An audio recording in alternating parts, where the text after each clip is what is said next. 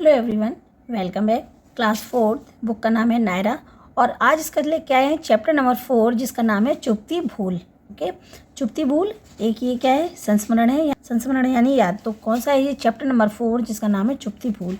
तो चलिए हम चैप्टर को स्टार्ट करेंगे। उससे पहले हम देखते हैं इसकी पाठ चर्चा। पाठ चर्चा में दिया है कि शरारती बालमन उस पर एक थानेदार का बेटा।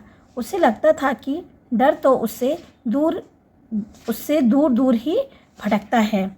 इसी निडरता से उसे एक बुज़ुर्ग के प्रति अपराध करने को उकसाया और यानी कि उसको परेशान, बूढ़े व्यक्ति को परेशान करने के लिए उस बच्चे को उकसाया। तो चलिए आओ इसमें पढ़कर जाने कि आगे क्या होगा। यानी कि इसको चैप्टर को तैयार पढ़ते हैं चुपती भूल और उसमें देखते हैं कि उस बच्चे ने बूढ़े जो बुज़ुर्ग व्यक्ति थे उनको किस प्रकार से परेशान किया। चलिए चैप्टर को, इस कहानी को स्टार्ट करते हैं हम लोग। चुपती भूल। उन दिनों मेरी उम्र अधिक से अधिक 10 वर्ष की ही होगी।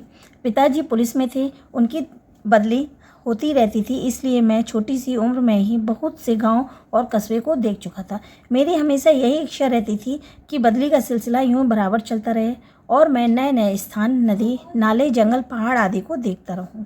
जब पिताजी की बदली दिल्ली के राहतगढ़ में हुई तब मुझे बहुत आनंद आया। मैं स्कूल की पुस्तक में राहतगढ़ की प्रशंसा पढ़ चुका था। राहतगढ़ देखने पर पता चला कि पुस्तक में लिखी हुई जो उसकी प्रशंसा थी वो बहुत ही अधूरी थी। राहतगढ़ उससे कहीं अधिक सुंदर था। राहतगढ़ के बीच में बाजार और बाजार के बीच में थाने, पुलिस थाने की ठीक सामने चौरास्ते के बीचों बीच एक चबूतरा बना हुआ था। उसके पास एक हरा भरा खूब लंबा चौड़ा पीपल का वृक्ष था। ये देखिए, ठीक है, ये वृक्ष तो खूब लंबा चौड़ा पीपल का वृक्ष खड़ा हुआ था। मैं अक्सर उस चबूतरे पर जाकर बैठता और घंटों अपने साथियों के साथ खेलता कूदता था।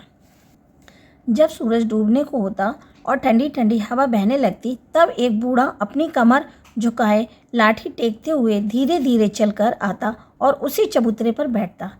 वह बहुत देर तक अपनी तस्बीह के दाने गिनता रहता और जब सूरज पहाड़ों की ओर में छिप जाता तब रुमाल बिछाकर नमाज को पढ़ता था। यद्यपि मैं घर में पिताजी को भी नमाज पढ़ते हुए तो देखा करता था, फिर भी उस बूढ़े की नमाज में कुछ और ही बात थी। उनकी सन के समान सफ़ेद और लहराती हुई लंबी दाढ़ी, उसका वह हाथ फैलाकर दुआएं मांगना मुझे बहुत अच्छा लगता था।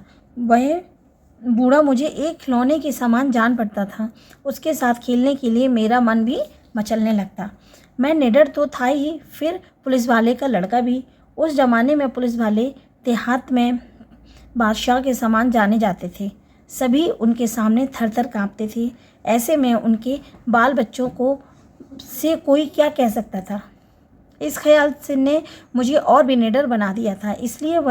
इसलिए जब वह बूढ़ा नमाज पढ़ने लगता तब मैं उस पर धूल फेंकता, कभी उसे छोटे छोटे कंकड़ भी मारता और उसका रुमाल खींच लेता। वह बेचारा कुछ ना बोलता, केवल एक आध बार मेरी ओर टेढ़ी आंखों से देखकर रह जाता।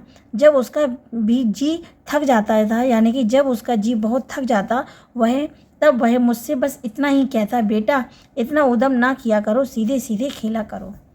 इस पर मैं उसकी आफत कर देता था, उसके चारों ओर शोर मचाता, उसे मुंह बनाकर चिढ़ाता, बार बार गाता और बड़ा नमाजी बना है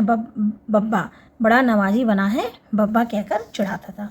उस बूढ़े को उस चबूतरे से बड़ा मोह था, यानी कि बहुत लगाव था, इसलिए वह चुपचाप मेरी शरारतें भी सहता और रोज़ उसी चबूतरे पर आकर नमाज पढ़ते थे।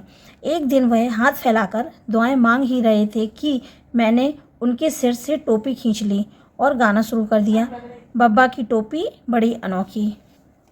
एकाएक पीछे से किसी ने मेरा हाथ पकड़ लिया। घूम कर देखा तो मालूम हुआ पिताजी हैं। मारे भय के मेरे प्राण ही सूख गए। उससे मैं कहा, क्यों वे पाजी यह क्या कर रहे हैं? उस बूढ़े ने लपक कर पिताजी का हाथ पकड़ लिया और कहा, जाने दो भैया, बच्चा है, अभी बेचारे को तमीज़ ही कितनी है।